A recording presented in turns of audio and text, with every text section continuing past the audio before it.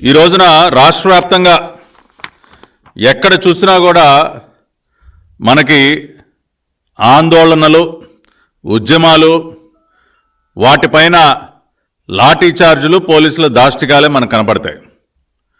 వివిధ వర్గాల వారు, అది అంగన్వాడీ వర్కర్స్ కానివ్వండి, మున్సిపల్ శానిటేషన్ వర్కర్స్ కానివ్వండి, సర్వశిక్ష అభియాన్ ఎంప్లాయీస్ కానివ్వండి, ఇట్లా మీరు అనేక వర్గాల వారు ఈ రోజున, లేదంటే ఇప్పుడు 104, 108 అంబులెన్సులు నిర్వహించినటువంటి సిబ్బంది కానివ్వండి, ఎటువైపు చూసినా కూడా దగా పడినటువంటి పరిస్థితుల్లో ఈ రాష్ట్ర ముఖ్యమంత్రి జగన్ రెడ్డి చేతిలో మోసపోయినటువంటి పరిస్థితుల్లో వారందరూ కూడా రోడ్లపైకి వచ్చి ఆందోళన చేస్తున్నారు.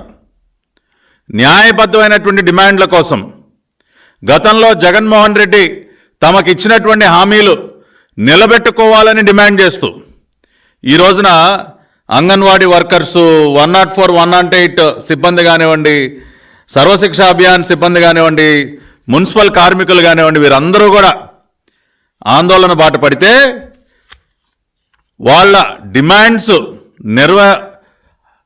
డిమాండ్స్ను విని అర్థం చేసుకుని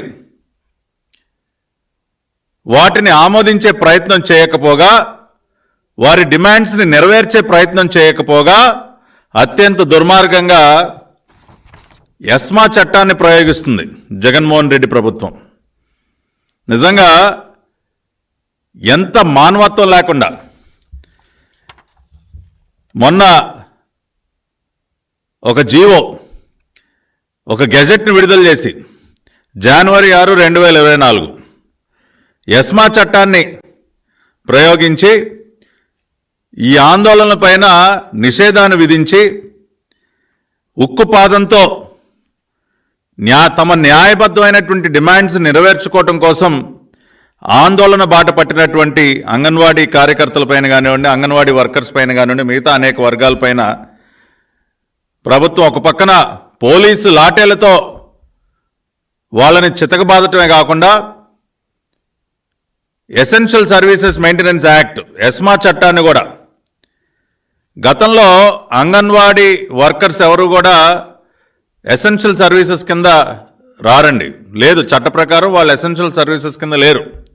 అయినా కూడా చట్టాలను ఉపయోగించి వాళ్ళ ఆందోళనల్ని అణిచివేయటం కోసం కొత్తగా అంగన్వాడీ వర్కర్స్ని ఎసెన్షియల్ సర్వీసెస్ కిందకి తీసుకొచ్చి declaration of services rendered by anganwadi workers and helpers as essential services, వాళ్ళను కొత్తగా ఎసెన్షియల్ సర్వీసెస్లోకి తీసుకొచ్చి ఎస్మా చట్టాన్ని వారిపైన ప్రయోగించినటువంటి దుర్మార్గుడు ఈ రాష్ట్ర ముఖ్యమంత్రి జగన్మోహన్ రెడ్డి.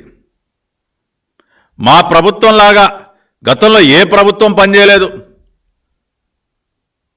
మా ప్రభుత్వం ప్రజల బాగోగులు చూసుకున్నట్టు మరి ఏ ఇతర ప్రభుత్వం కూడా ప్రజాక్షేమాన్ని పట్టించుకోలేదని చెప్పి మాయమాటలు, అత్యంత అమాయకంగా మాట్లాడేటటువంటి రాష్ట్ర ముఖ్యమంత్రిని అడుగుతున్నాం, ఇదేనా మీ ప్రభుత్వానికి ఉన్నటువంటి మానవత్వం?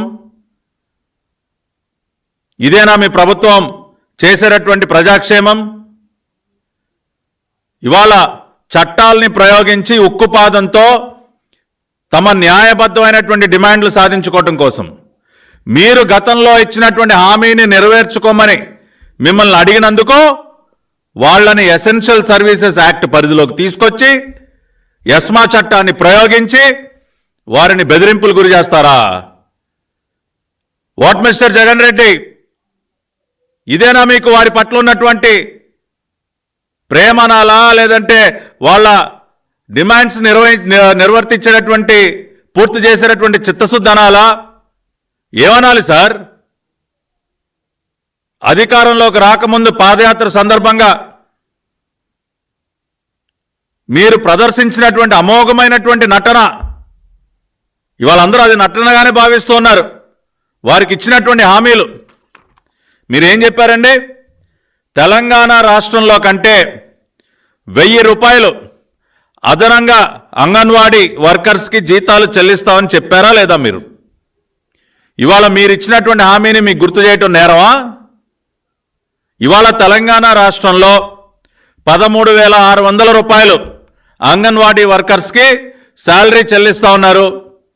దానికి 1000 రూపాయలు అదనంగా అంటే మీరు 14,600 రూపాయలు చెల్లించాలి. గతంలో మీరు హామీ ఇచ్చారా లేదా? తెలంగాణలో ఎంత ఇస్తే అంత, దానికంటే 1000 రూపాయలు నేను అదనంగా ఇస్తానని చెప్పి మీరు హామీ ఇచ్చిన మాట వాస్తవా, అవునా కాదా? ఇవాళ ఆ హామీ నెరవేర్చండి అని అడగటం తప్ప? అలా అడిగినందుకు ఎస్మా చట్టాన్ని ప్రయోగిస్తారా మీరు వారిపైన? ఇవాళ ఒక్కసారి రాష్ట్ర ప్రజలందరూ కూడా ఒక్కసారి ఈ విషయాన్ని గ్రహించాలి.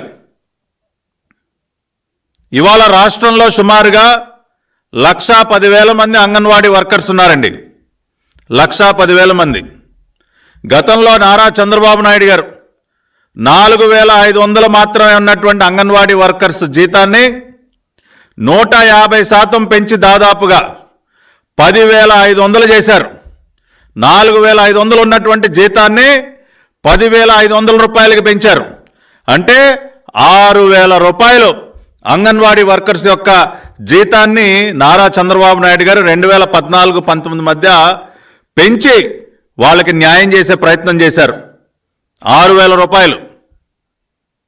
కానీ ఇవాళ ఈ రాష్ట్ర ముఖ్యమంత్రి చేసింది ఏంటంటే, ఏదో చిల్లర విసిరేసినట్టు ఒక 1,000 రూపాయలు పెంచి 10,500ని 11,500 చేసి చేతులు దులుపుకున్నాడు. తెలంగాణ కంటే అధికంగా ఇస్తాను, ఒక 1000 అధికంగా ఇస్తాను అన్నటువంటి హామీ ఈ రోజున ఏమైందని అడుగుతా ఉన్నాం. నువ్వు నీ హామీని నిలబెట్టుకోవాలంటే ఈ రోజున అంగన్వాడీ వర్కర్స్కి కనీసంగా ప్రాథమికంగా వాళ్ళకి 14,600 రూపాయలు చెల్లించాలి. ఇవాళ ఇస్తున్నటువంటి 11,500కి ప్రాథమికంగా వాళ్ళకి ఇంకా 3,100 పెంచి 14,600 చెల్లించాలి. ఏ హామీ గుర్తు చేయటం తప్ప?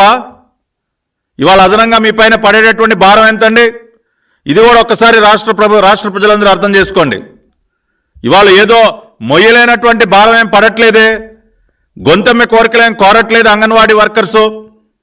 1,10,000 మందికి సుమారుగా ఇవాళ తెలంగాణ కంటే 1000 అధికంగా ఇవ్వాలంటే ఒక 3,000 రూపాయలు, 3,100 పెంచాలి. 1,10,000 మందికి ఒక 3,000 రూపాయలు చొప్పున మనం పెంచితే రాష్ట్ర ప్రభుత్వం పైన నెలకి 33 కోట్ల రూపాయలు మాత్రమే భారం పడుతుంది. నెలకి కేవలం 33 కోట్లు. సంవత్సరానికి లెక్కేస్తే అది సుమారుగా ఒక 390 కోట్లు సంవత్సరానికి. అదేమన్నా మొయ్యలేనటువంటి భారమా? ఇవాళ మీరు చేస్తున్నటువంటి దుబారా ఖర్చు ఏంటండి? ఇవాళ అంగన్వాడీ వర్కర్స్ అందరికీ కూడా తెలంగాణ కంటే ఒక 1000 రూపాయలు అదనంగా రాష్ట్ర ప్రభుత్వం చెల్లిస్తే సంవత్సరానికి పడేటటువంటి భారం ఎంతండి? కేవలం సుమారు ఒక 390 కోట్లు. రెండో పక్కన రిషికొండ ప్యాలెస్కి జగన్మోహన్ రెడ్డి తగలేసినటువంటి సొమ్ము ఎంతండి? రిషికొండకి గుండు కొట్టించి అక్కడ ఒక విలాసవంతమైనటువంటి ప్యాలెస్ కట్టుకోవడానికి జగన్మోహన్ రెడ్డి తగలేసినటువంటి సొమ్ము అక్షరాల 433 కోట్లు. రిషికొండలో సీఎం క్యాంపు కార్యాలయానికి 433 కోట్లు. విలాసవంతమైన భవనాలు, ఆధునిక సౌకర్యాలు. ఏమండి జగన్ రెడ్డి గారు, మీరు రిషికొండ ప్యాలెస్కి తగలేసినంత చెయ్యదు సార్. అంగన్వాడీ వర్కర్స్కి ఒక సంవత్సరం పాటు పెంచిన జీతాలు ఇవ్వటం కోసం అయ్యే ఖర్చు మీరు రిషికొండ ప్యాలెస్కి తగలేసినంత కూడా చేయదు. అంటే ఆ మాత్రం విలువ కూడా లేదా? పేదవాడికి పెత్తందారికి మధ్య యుద్ధం జరుగుతూ ఉందంట. జగన్ రెడ్డి గారు వాడేటటువంటి అతి గొప్ప డైలాగు. ఏమండి జగన్ రెడ్డి గారు, 433 కోట్ల రూపాయల ప్రజాధనాన్ని తగలేసి మీరు విలాసవంతంగా జీవించడం కోసం కట్టుకున్న ఒక ప్యాలెస్, మీరు పేదవాళ్ళా? ఇటువంటి ప్యాలెస్ల్లో ఉండాలనుకునే వాడు పేదవాడా? మీరు పేదవాడికి పెత్తందారులకి మధ్య జరుగుతున్నటువంటి యుద్ధం అని మీరు మాట్లాడతారు. పేదవాడి కష్టం తెలియనటువంటి వ్యక్తి మీరు. ఇవాళ అంగన్వాడీ వర్కర్సు అనేక మంది పేద వర్గాలకు చెందినటువంటి వారు. వారికి 3,000 రూపాయల జీతం మీరు ఇచ్చినటువంటి హామీ నిలబెట్టుకోవడం కోసం ఖర్చు చేయడానికి మనసు రాదు. మీరు మాత్రం 433 కోట్లతో ప్యాలెస్ కట్టుకుంటారు. ఇవాళ రాష్ట్ర ప్రజలందరూ అర్థం చేసుకోండి. సంవత్సరానికి అంగన్వాడీ వర్కర్స్కి జగన్మోహన్ రెడ్డి గారు ఇచ్చిన హామీ ప్రకారం తెలంగాణ కంటే 1000 అదనంగా చెల్లిస్తే సుమారుగా 390 కోట్ల రూపాయలు మాత్రమే అదనంగా ఖర్చు అవుతుంది రాష్ట్ర బడ్జెట్కి. అదేమి మోయలేనటువంటి భారం కాదు. కొన్ని వేల కోట్ల రూపాయలు ప్రతి మంగళవారం ఆర్బీఐ దగ్గరికి బొచ్చబట్టుకుని వెళ్ళి అప్పు తీసుకొస్తున్నటువంటి జగన్ రెడ్డి ఏం చేస్తూ ఉన్నాడండి డబ్బంతా? అదేమంటే పేదలకే పంచిపెడతా ఉన్నా. ఏం పంచిపెడతా ఉన్నారు సార్? ఇవాళ అన్ని వేల కోట్లు, లక్షల కోట్లు ఇవాళ రాష్ట్ర ప్రభుత్వం యొక్క అప్పు 12 లక్షల కోట్లు దాటిపోతా ఉందని చెప్తా ఉన్నారు.